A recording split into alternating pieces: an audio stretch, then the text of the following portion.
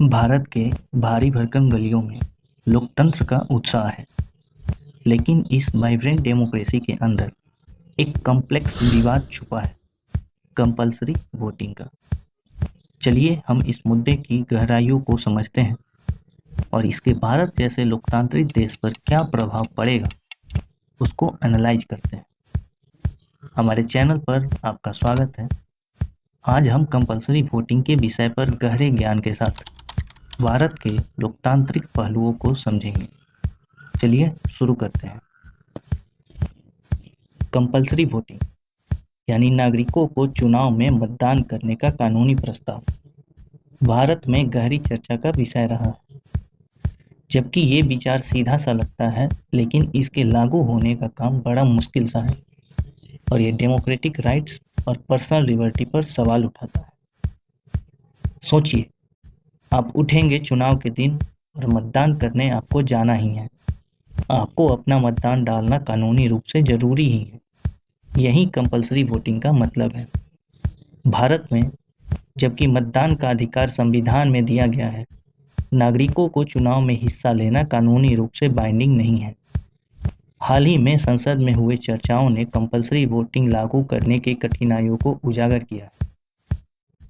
Experts का कहना है कि कंपल्सरी वोटिंग का विचार सीधा सा लगता है, लेकिन प्रैक्टिकल में ये इतना सरल नहीं होता। हमको व्यवसायिक चुनौतियों का विचार करना होगा, जैसे सभी की भागीदारियों का ध्यान रखना और अनइन्फॉर्म्ड वोटिंग जैसे समस्याओं को समझना होगा। असली दुनिया में कंपल्सरी वोटिंग के प्रभाव समझने के लिए चलिए दूसरे देशों के उदाहरण देखें। ऑस्ट्रेलिया में, जहां कंपल्सरी वोटिंग पहले से ही लागू है, रिसर्चर्स ने डंकी वोटिंग नामक के एक अजीब फेनोमेनन को देखा है, जिसमें मतदाता बिना किसी रिसर्च किए उम्मीदवार को चुनते हैं, जिसमें जिसका नाम सबसे पहले आता है उसी को लोग वोट देकर आ जाते थे। इस मुद्दे पर चर्चा सिर्फ कानूनी और लॉजिस्टिकल कंसीडरेशन से परे है। कुछ लोग मानते हैं कि कंपल्सरी वोटिंग सिविक ड्यूटी का भाव बढ़ाता है और डेमोक्रेटिक इंस्टीट्यूशंस को मजबूत करता है। वहीं दूसरे पर्सनल लिबर्टी और राइट टू वोट की चिंता व्यक्त करते हैं। कंपल्सरी वोटिंग की जगह दूसरे उपायों का समाधान ढूंढना चाहिए, जैसे मतदाता शिक्षा अभियान और मतदाता पंजीकरण के लिए टेक्नोलॉजी का इस्तेमाल। इस तरह से सबको व्यक्तिगत मतदान का एक नैतिक और भागीदारी मानक देने से हम अपने लोकतंत्र को मजबूत कर सकते हैं।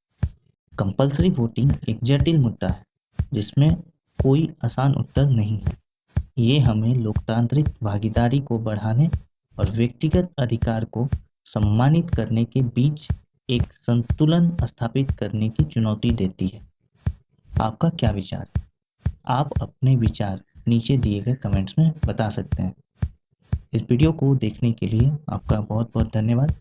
अगर आपको ये जानकारी अच्छी लगी तो आप इसे अपने दोस्तों के साथ ज़रूर शेयर करें और हमारे चैनल को सब्सक्राइब करें। तब तक के लिए धन्यवाद।